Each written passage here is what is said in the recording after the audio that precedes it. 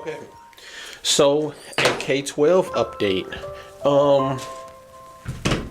So got the Wolfpack Armory lower.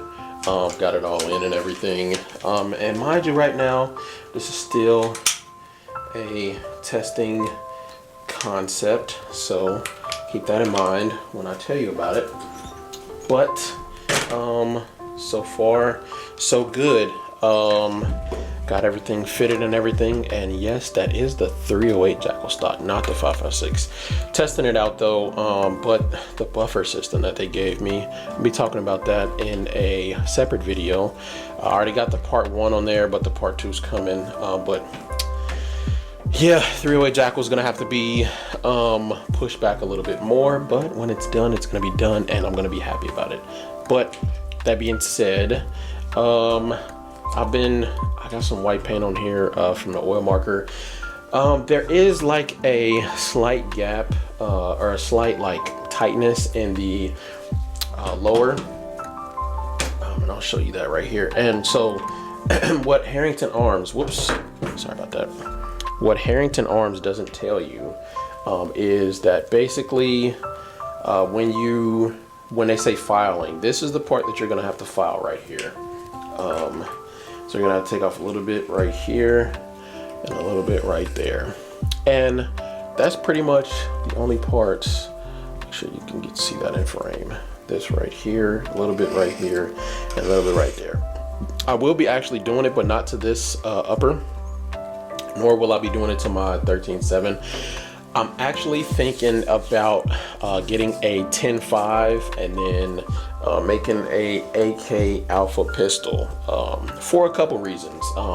Reason number 1 is I need to replace my Impact 92 that got stolen.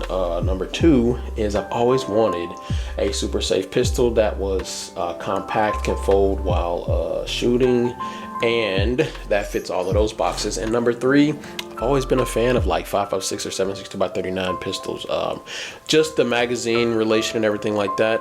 But that being said, I'm not gonna modify this one just for future reference. When I have the completed build and everything, this is just a working proof of concept. We haven't done test fire or anything like that, but we are going to very soon. But that's the part basically where you get it. But that being said, I haven't had any problem with these, but you can see like there's a little bit it's just a little tightness, and we're gonna see if that actually affects the function at all. But so far with just loading it and unloading it, it hasn't. And I'll show you what I've had to do to get that basically to get it to cycle dummy rounds so far. And the dummy rounds I've been using actual like live looking dummy rounds like these right here, which are basically like the same weight and everything. I've been using these Strike Industries ones, and then I have some 3D printed ones that I've been using. 3D printed ones aren't as solid. These you can tell they're a little more sturdy because they're polymer, and the metal ones obviously are a lot more solid than that. But that being said, these are real airsoft bullets, so take that with a grain of salt. But you can see I've got it to load, and then I've got my 30 plus a little rounder to load, and this one is a little looser. And I'll tell you why I did that and how I got them to load, because at first they weren't. So the geometry for these, and this is specifically for the Wolfpack Armory ones. Also, I'll tell you a problem that I've had with this lower. So I've had to file down this right here. I call this the front lip. Just file it down a little bit so it has more room to basically go up, because the geometries on these, you know, AK mags are all like slightly different. So for this, I had to modify the front lip right there, as well as a little bit back here. And I might still need to take off a little bit back here, but this one, the back isn't as important as the front right here and the actual feed lip itself, because this bolt isn't designed for this actual magazine. So either I was gonna have to modify the bolt or modify the mags, but mags are way cheaper to modify. So I took a little bit off to flatten it out, so that way it doesn't have bolt drag when I'm loading up the rounds and when it's pushing out. So it actually has a better grab when it's actually loading. I might actually still have to take out a little bit on this area right here, but we'll see.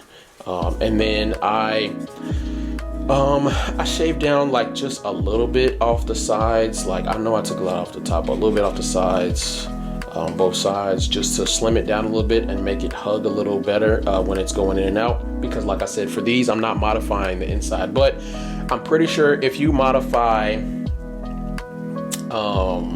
the inside of it, the inside of the actual bolt of the upper, then the only thing, you won't have to take that top off. I don't think. You might still have to take the top off and might still have to take off a little bit of that, but you won't need to like do the front lifts or the sides or nothing like that, because it'll still be you'll have more room to play with. Basically, it'll be a lot wider, so you won't have to, but you still might have to take off a little bit on the top, just because that bolt rub is a real thing that happens, and that is a little bit of a concern with that aspect. But that being said, once I got them locking in and everything, they seem to be cool. They seem to be okay. These are not my for sure like dedicated mags. These are just my range mags.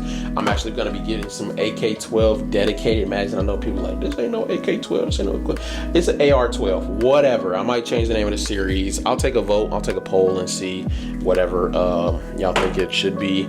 But we are progressing with the series, and so far I'll show you what I got it looking like at the moment. And this is just, like I said, a proof of concept, not full build, but let me see if I can put it together. Also, I'm just testing this stock out, and yeah, I don't know if I'm gonna be keeping this stock, but I might. Who knows? Who knows what the future holds, guys? Because I know I sure as crap don't. But yeah, A3, man, I'm waiting on A3 to drop.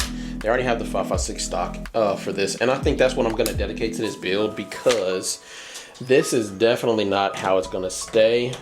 Only reason I say that, because A, this isn't my upper, and B, I don't want this optic setup. For mine, I'm gonna be putting a 3X and then a top red dot. So my full AK build is going to include A3 Industries with the 3-position cheek riser, because that top red dot, I'm gonna have to rise it at least 2 or 3 just for that. And that's if I decide to go rifle. I'm still tossing up between rifle and pistol upper right now, but yeah, I might do a parts list video, like parts theory, tell you why I got each part and whatever. But for now, this is how it's living, this is how it's staying, and I think it looks pretty good. Let me know what y'all think about the build so far. Also, that's another thing, like, you really gotta shove this thing in there sometimes. That's what she said.